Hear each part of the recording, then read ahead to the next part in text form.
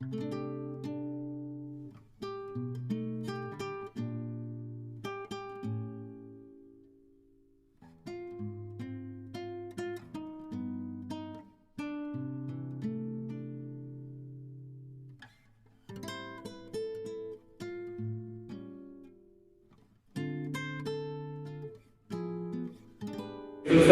teachers, and my dear friends. I am Tapendra Singh from Class 11 Science, and today I am honored to speak on the occasion of National Science Day, a day that celebrates the brilliance of Sir C.V. Raman and his remarkable contribution to science. On Science Day, let us celebrate the spirit of science by questioning, exploring, and innovating. The future belongs to those who dare to ask why and what if. Thank you so much.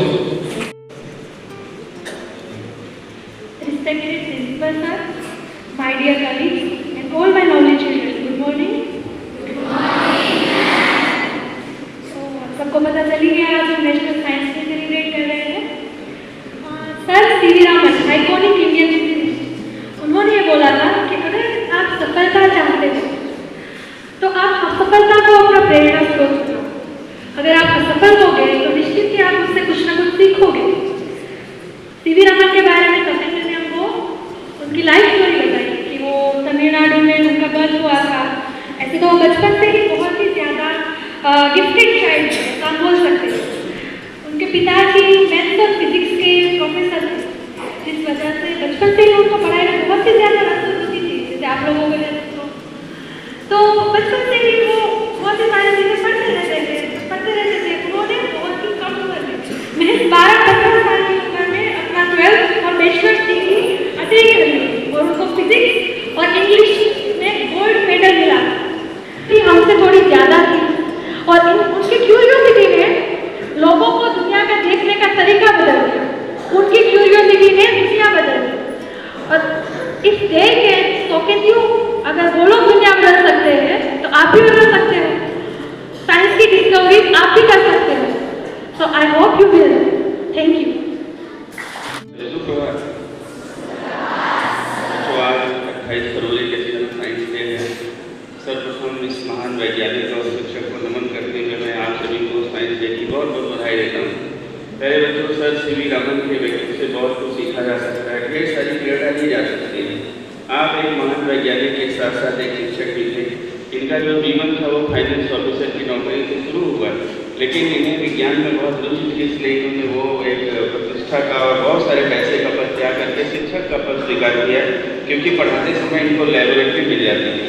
तो कभी कभी त्याग हमारे जीवन में बहुत बड़ी सफलता लाता है और उसी लैबोरेटरी में काम करते करते इन्होंने प्रकाश की कणों, प्रकाश की तरंगों का जो मूवमेंट है उस पर काम किया, समुद्र के नीले रंग पर काम किया और साथ ही साथ रामन इफेक्ट ऐसी खोज कर दी कि जिसे पूरी दुनिया ने सराहा और इनको नोबेल प्राइज दिया।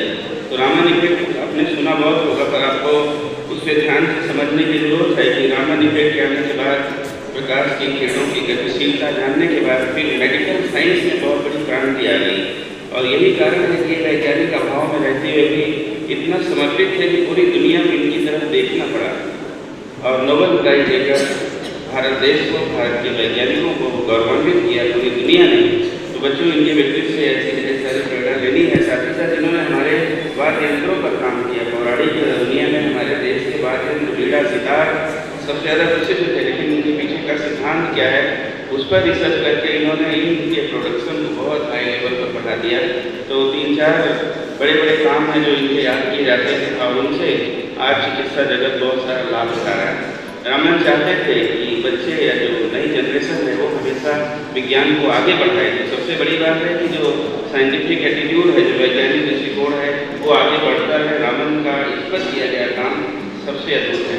तो आप विद्यार्थियों के अंदर छोटा वैज्ञानिक छिपा है, हमारे आसपास की चीज़ें हमसे सवाल कर रही हैं, हमारा इंतजार कर रही है, हम उन्हें देखें, उनमें छिपी हुई चीज़ों को, उनके रहस्य को तलाशें, तो विज्ञान आगे बढ़ता रहेगा। मैं समझता हूँ आज के आयोजन को आप इसी दिन से लें कि डॉक्टर रामन चाहते थे कि वैज्ञानिक सोच सदैव आगे बढ़ती रहे, विज्ञान की निरंतर प्रगति होती रहे और नई जनरेशन, नई पीढ़ी के लोग घटनाओं को यूं ही न होते देखें बल्कि उनके पीछे कुछ सवाल करते रहें, चिंतन करते रहें और क्रिटिकल थिंकिंग करते रहें तो वैज्ञानिक दृष्टिकोण सदैव आगे बढ़ेगा। इस महान वैज्ञानिक को नमन करते हुए मैं अपनी बात को यहीं पर विराम देता हूँ। बहुत बहुत धन्यवाद।